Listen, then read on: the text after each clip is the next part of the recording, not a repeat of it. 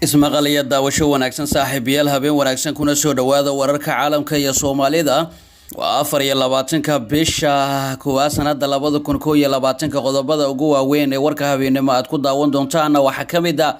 qorshihii dawladda federaalka ee doorashada ka bilaabata saddexda maamul goboleed oo fashilmay hadaba maxaa u sababa fashilkaasi iyo qorshaha Villa Soomaaliya oo xog xasaasi aan idinkaga haynayaan idiin soo gudbin doonaa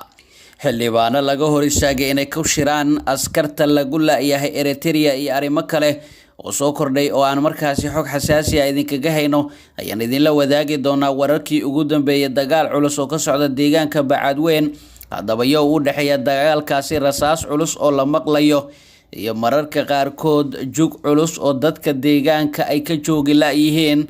ayaan idin la wadaagi doonaa daawadayaal khilaaf culus oo soo kala dhexgalay Rooble iyo Mahdi Guuleed hadaba muxuu salka ku hayaa khilaafkaasi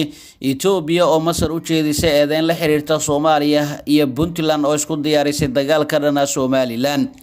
intaasi daawadayaal waxay ahaayeen qodobadii warka ugu waaweyn markana waxaad ku soo dhawaataan iyagii oo fiisan ayna ku bilownay ismariwaaga doorashada dadban ee 2021 ayaa wali taagan iyada dawladda federaalka ay ku fashilantay qorshaheedii ahaa in doorashada aqalka sare ay ka bilaabato saddexda maamul goboleed ee iyagu taageersan xogta laga helay ayaa sheegaysa inay shaqeyn waayeen qorshahan doorashada aqalka sare ugu horeen uga bilaaban lahayd maamul goboleedka Koonfur Galbeed kadibna ay qaban lahaayeen Galmudug iyo Hirshabelle sida uu qorshuhu madaxweyne Maxamed Cabdilaahi Farmaajo uu yahay taasoo ugu wacan tahay in madaxweyne Cabdicasiis lafta gareen uu ka cagajiidayo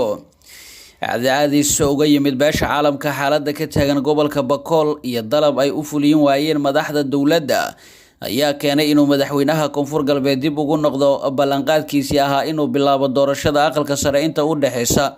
15 ilaa 22 Janaayo 2021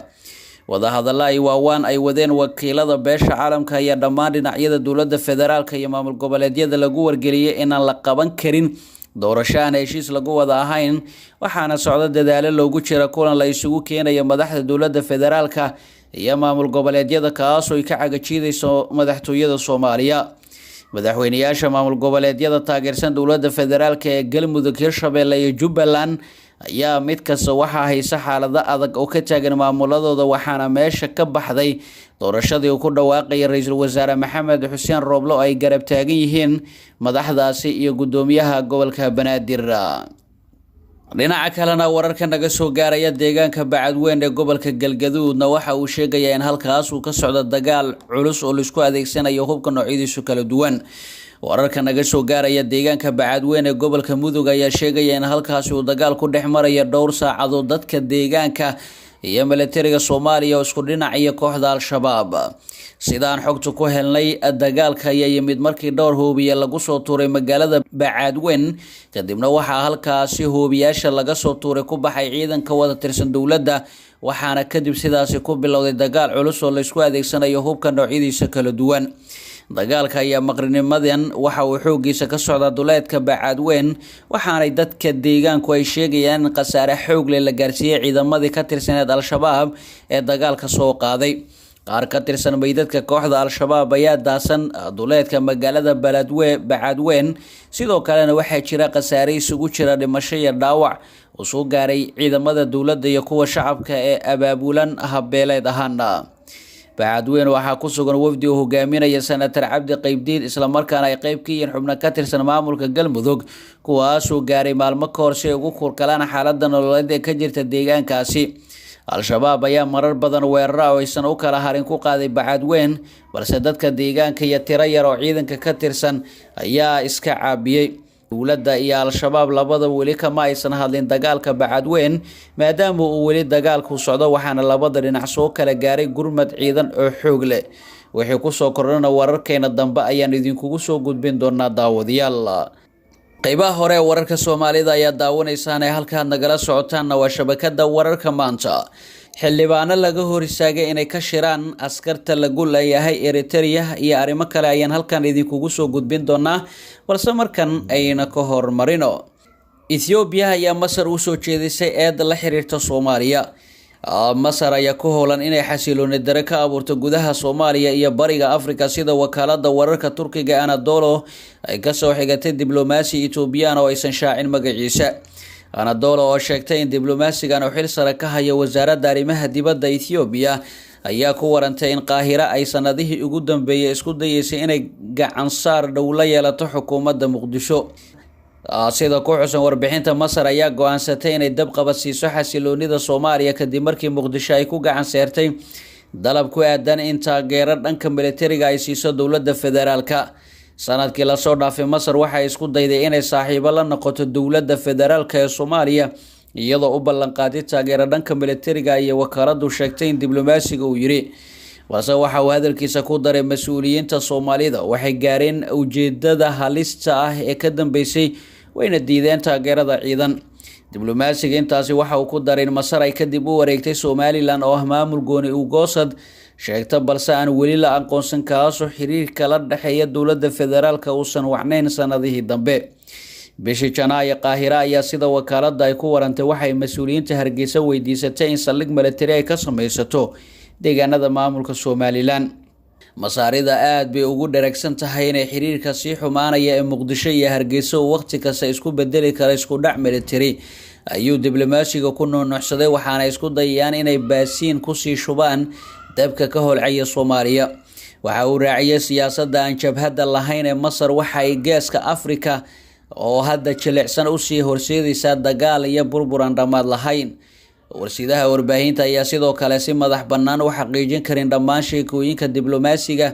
Masar dhankeeda weli kama aysan jawaabin. Ethiopia iyo Turkiga ayaa gacan saar dhow la leh dowladda Farmaajo ee haatan haysa talada Soomaaliya. Askarta iyo Addis Ababana waxaa la rumaysan yahay inay ka mid yihiin wadamada ka shaqeynaya soo laabashada madaxweynaha. Markana waxaynu eegaynaa xildhibaano ka tirsan dowladda federaalka ayaa laga hor istaagay inay ka hadlaan ama ay ka shiraan askarta lagu leeyahay dalka Eritrea. Sida warbaahinta ay u xaqiijiyeen xildhibaano ka tirsan baarlamaanka Soomaaliya, gudoomiyaha golaha shacabka Maxamed Mursal Sheekh Cabdiraxmaan ayaa is hortaagay shir muhiim oo ay xildhibaanada ka mid ah golaha shacabka ka yeelan lahaayeen xaaladda Soomaaliya. Xogtaan helnay ayaa tilmaamaysa in shirkan uu ka dhici lahaa Villa Hargeysa oo ah xarun ku meel gaar ee baarlamaanka Soomaaliya uu ku shaqeeyo, waxaana la damacsanaa in looga hadlo laba qodob oo kala ah doorasho iyo dhalinyarada lagu leeyahay dalka Eritrea. Gudoomiyaha golaha shacabka baarlamaanka federaalka ayaa la sheegay inuu bixiyay amar tilmaamaya inaan la furi karin xarunta baarlamaanka iyadoo markii ay dowladda sii badatay la sheegay in la bedelay dhammaan furayaashii xarunta lagu xiray katuurooyin cusub. Madaxtooyada Soomaaliya ayaa la sheegay inay gudoomiye Mursal siisay amar lagu joojiyay fadhiga baarlamaanka iyadoo diidan qodobada la qorsheeyay in laga hadlo. Xildhibaanada kulankan soo abaabulay ayaa la sheegay inay u badan yihiin kuwa mucaaradka isla markaana aad u diidanaa sida ay xukuumadda Soomaaliya u maareysay qayladhaanta waalidiinta Soomaaliyeed oo ay caruurta ka maqan yihiin iyo dooda ka taagan doorashada Soomaaliya. Dhawaan ayaa guddiga arrimaha dibadda golaha shacabka ee baarlamaanka Soomaaliya waxa uu waraaq ku saabsan ciidamada lagu leeyahay dalka Eritrea u gudbiyeen madaxweynaha Soomaaliya Maxamed Cabdilaahi Farmaajo. Guddiga ayaa madaxweyne Farmaajo ka dalbaday inuu cadeeyo ciidamada tababarka loo geeyay dalka Eritrea iyo xilliga ay ku soo laabanayaan dalka, maadaama ay heladii dhalinyaradaasi ay muujinayeen walaac ku aadan xaaladooda caafimaad. Guddiga arrimaha dibadda golaha shacabka baarlamaanka Jamhuuriyadda Federaalka isagoo gudanaya waajibaadkiisa dastuuriga ka horjoogteynta hay'adaha dowladda, tixgelinaya cabashooyin ka soo gaaray waalidiinta caruurtooda tababar ciidan lagu qaaday dalka Eritrea. Waxaan ka codsanaynaa inaad noo cadeyso ciidamada halka tababarka ugu jira tiradooda guud ahaan inta ay tahay iyo goorta ay ku soo noqonayaan dalkooda hooyo, ayaa lagu yiri waraaq uu guddiga u diray Farmaajo. Waxaan ka codsanaynaa inaad cadeysid halka ay ku sugan yihiin dhalinyaradaasi tababarka loo qaaday lana xiriirisid waalidiintooda. Waxaan kale oo ka codsanaynaa in si degdeg ah loogu diro guddiga dowladda iyo golaha shacabka ka kooban oo xaqiijinaya noloshooda iyo geeridooda intaba, annaga oo ku kalsoon inaad nala wadaagti doontid cadeymo ay ku qanacsan yihiin waalidiinta iyo ummadda Soomaaliyeed. Naga guddoon salaan xushmad leh. Farmaajona weli kama uusan jawaabin codsiga guddiga ay u gudbiyeen. Khilaaf culusna waxa uu soo kala dhexgalay ra'iisul wasaaraha Soomaaliya iyo ku-xigeenkiisa Mahdi Guuleed. Waxaa soo baxaya warar sheegaya in khilaaf xoogan oo ka dhex taagan ra'iisul wasaaraha Maxamed Xuseen Rooble iyo ku-xigeenkiisa Mahdi Guuleed Qadar. arrintan ayaa laga ogaaday xubno ka tirsan wasiirada iyagoo sheegay in xaaladda ay sababtay in kulamo dhici lahaa uu hakad ku yimid. madaxweynaha dalka mudane maxamed cabdilaahi farmaajo waxa uu hadda ku maqan yahay xalka gaarisa khilaafkaasi. wasiiru dowlaha xafiiska ra-iisul wasaaraha cabdixakiin xasan ashkar ayaa loo xil saaray inuu noqdo mas-uulka xukuumadda u qaabilsan doonista doorashada iyo xiriirka hay-adaha dowladda.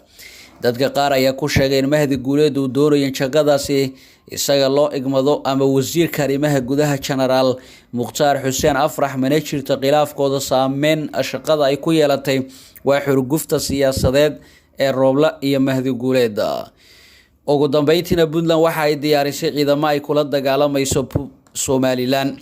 maamulka Puntland ayaa ciidamo fara badan ku daabulay magaalada Badhan ee gobolka Sanaag oo muddooyinkii dambe ay ka taagneed xiisad xooggan kadib markii Somaliland ay ka bilowday dhaqdhaqaaqyo culus oo siyaasadeed. ciidamadan oo kuwa tirsan kuwa daraawiishta ayaa waxay ka hortagi doonaan dhaqdhaqaaqyada Somaliland ee gobolka Sanaag gaar ahaan magaalada Badhan iyagoo qayb weyn ka qaadan doona sugidda amniga oo maalmihii u dambeeyay laga dareemayay amni daro. siday ogaatay warbaahinta ciidamadan cusub ayaa waxa uu maamulka Puntland uga hortagi doonaa qorshe ay wada Somaliland kaas oo ku aadan sidii deegaanadaasi looga bilaabi lahaa codbixinta doorashooyinka Somaliland. Puntland ayaa sidoo kale shaqo joojin ku sameysay qaar ka mid ah ciidamada booliiska ee ka howlgalaya magaalada Badhan kadib markay dhaqdhaqaaqyo siyaasadeed ka bilowday Somaliland taas oo wax ka qaban waayeen. gobolka Sanaag waxaa laga dareemayaa xiisad ka dhex aloosan maamulka Puntland iyo Somaliland kuwaas oo sanadihii la soo dhaafay ku dagaalamayay gacan ku haynta deegaan ay ku muransan yihiin labada maamul. arrintan ayaa imaanaysa xilli ay xukuumadda Somaliland u diyaar garoobayso qabashada doorashooyinka golaha wakiilada iyo dowladaha hoose kuwaas oo ay rabto inay ka qabsomaan gobolka Sanaag oo deegaano ka mid ah ay isku hayaan Puntland. guud ahaan daawadayaal warkaad kala socoteen channelka waa naga intaa. fadlan haddii aad nagu cusub tahay nagu soo biir oo subscribe saar sidoo kalena qaybta gambaleelka taabo si ay kuu soo gaaraan wararkaynu halkani soo gelino. waana mahadsantiin.